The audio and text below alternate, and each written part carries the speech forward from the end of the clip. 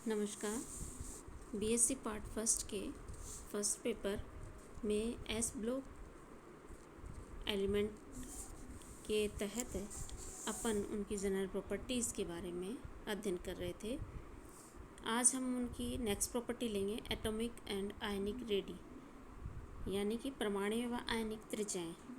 क्षार धातुओं के आयनिक त्रिज्याओं के मान उनके परमाणु त्रिज्याओं की तुलना में बहुत कम होते हैं। इसके दो कारण हैं।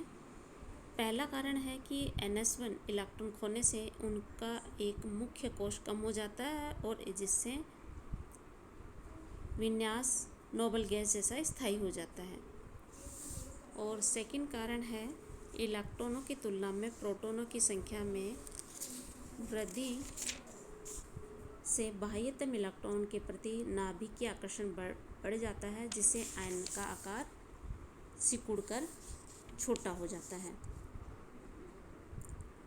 वर्ग फर्स्ट के तत्वों का विन्यास NS1 होता है, जबकि वर्ग दो के तत्वों का विन्यास NS2 होता है, यानी s ऑर्बिटल में 2 इलेक्ट्रॉन होते हैं।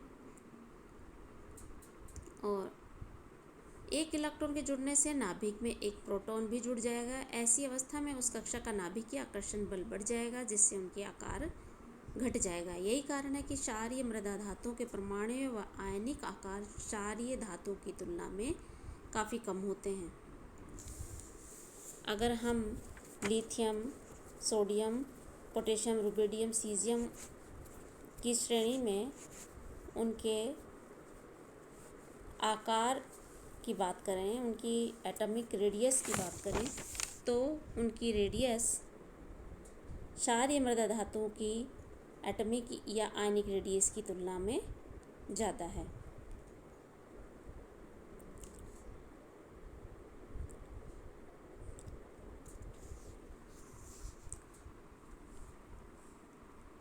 आयनाइजेशन पोटेंशियल समस्त क्षार धातुओं के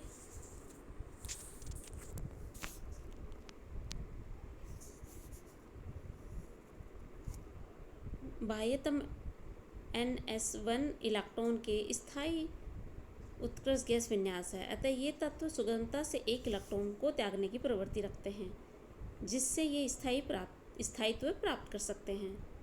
परिणाम स्वरूप इनके प्रथम आयनन विभव के मान अत्यंत कम होते हैं, क्योंकि ये आसानी से एक इलेक्ट्रॉन त्याग देते हैं। किसी आवर्त में क्षार धातुओं का आकार सबसे अधिक होता है, अर्थात इसका वह अकेला इलेक्ट्रॉन नाभिक से अधिकतम दूरी पर रहता है। इसीलिए एक इलेक्ट्रॉन खोकर यह स्थायी विन्यास प्राप्त कर लेते हैं। और दूसरा कारण है इलेक्ट्रॉन्स के नाभिक से अधिकतम दूरी होती है इस इलेक्ट्रॉन की। इन दोनों कारण से क्षार धातु के आयनन विभव के मान किसी भी आवर्त में न्यूनतम होते हैं। किसी भी वर्ग के समस्त तत्वों का आकार ऊपर से नीचे की ओर जाने पर बढ़ता है, क्योंकि एक पूरा कोश बढ़ता है ऊपर से नीचे की तरफ जाने पे। स्वाभाविक है कि इनके आयनन विभव के मान घटते जाएंगे। क्षार धातुओं में भी ऊपर से नीचे की ओर जाने पर तत्वों के आयनन विभव के मान कम होते जाते हैं। सीजियम के न्यूनतम आयनन विभव के कारण इसका प्रोटोसेल अथवा इलेक्ट्रॉन सेल में कैथोड के रूप में किया जाता है। आयनन विभव के मानों के आधार पर इन तत्वों की एक यूनिपॉजिटिव आयन एक धनायन बनाने की प्रवृत्ति ऊपर से नीचे बढ़ती जाती है। क्षार धातु के समस्त लवणों में इनकी संयोजकता +1 होती है, +2 कभी नहीं होती, क्योंकि +1 के बाद में ये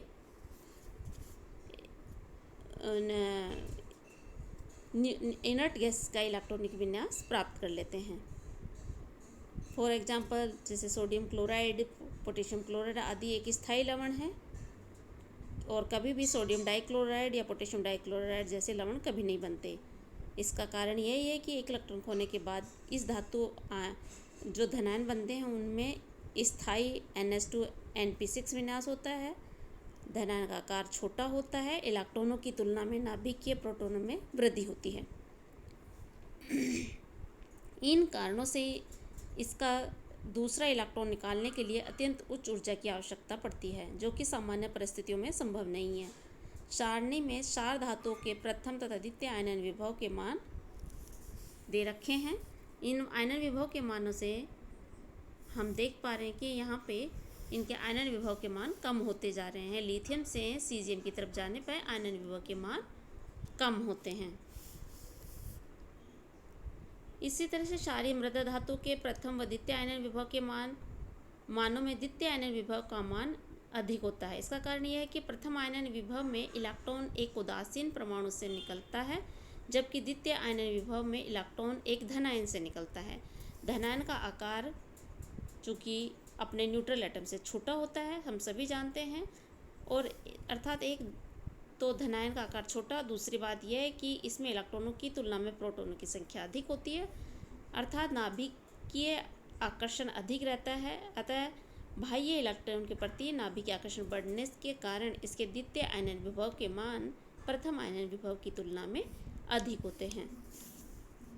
क्षारीय मृदा धातु के द्वितीय आयनन विभव के मान काफ़ी उच्च होने के उपरांत भी ये धातु केवल +2 संयोजकता ही दर्शाता, +1 नहीं दर्शाता।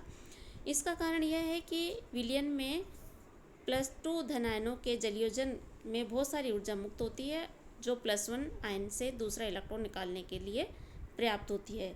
यही कारण है कि सदैव मैग्नीशियम डाइक्लोराइड बनता है, जबकि मैग्नीशियम क्लोराइड नहीं बनता।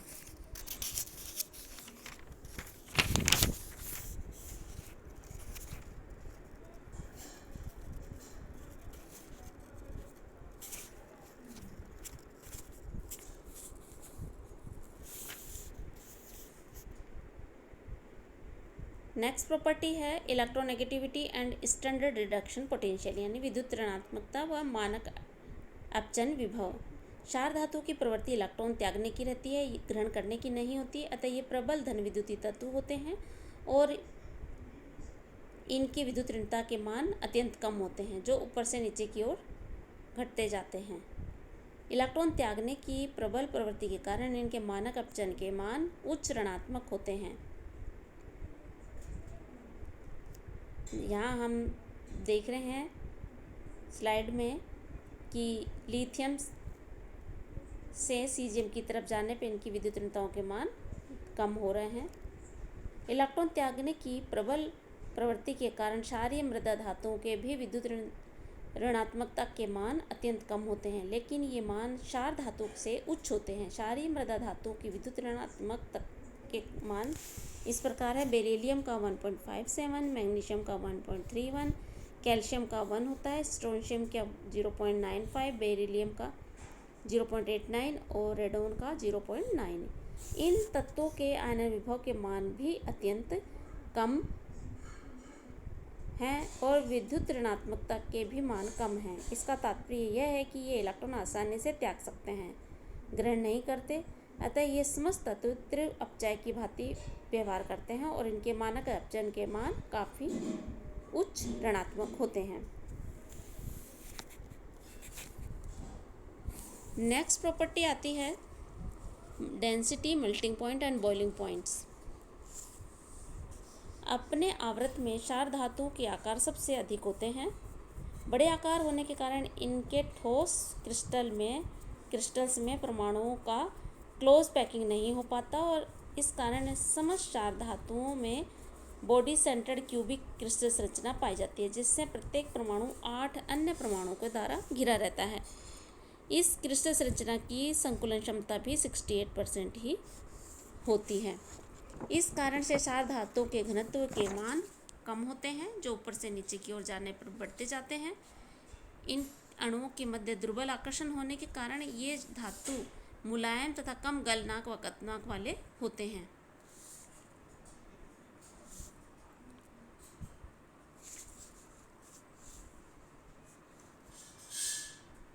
नेक्स्ट प्रॉपर्टी है फ्लेम टेस्ट। कम आयनन ऊर्जा के कारण क्षार धातु के बाह्यतम इलेक्ट्रॉन सुगमता से उत्तेजित होकर उच्च ऊर्जा स्तर पर चले जाते हैं और जब ये वापस अपने कक्षक में लौटते हैं तो ऊर्जा की उच्च छोटी सी मात्रा का उत्सर्जन करते हैं, जिससे तरंगदैर्घ्य क्षेत्र दृश्य क्षेत्र की होती है। अतः ये ज्वाला परीक्षण देते हैं। जैसे लिथियम का गहरा लाल रंग होता है, सोडियम का सुनहरा पीला, पोटेशियम का हल्का बैंगनी, रुबिडियम लाल बैंगनी और सीजियम का नीला रंग होता है। क्षारीय मृदा धातुओं के आयनन विभव के मान कम होते हैं, अतः दृश्य प्रकाश में यानी विजिबल रीजन में ऊर्जा ग्रहण करके इनके बाह्यतम इलेक्ट्रॉन उत्तेजित हो जाते हैं और वापस जब अपने कक्ष में लौटने पर उस ऊर्जा को मुक्त करते हैं, जिसकी से ज्वाला में कोई विशेष रंग उत्पन्न होता है।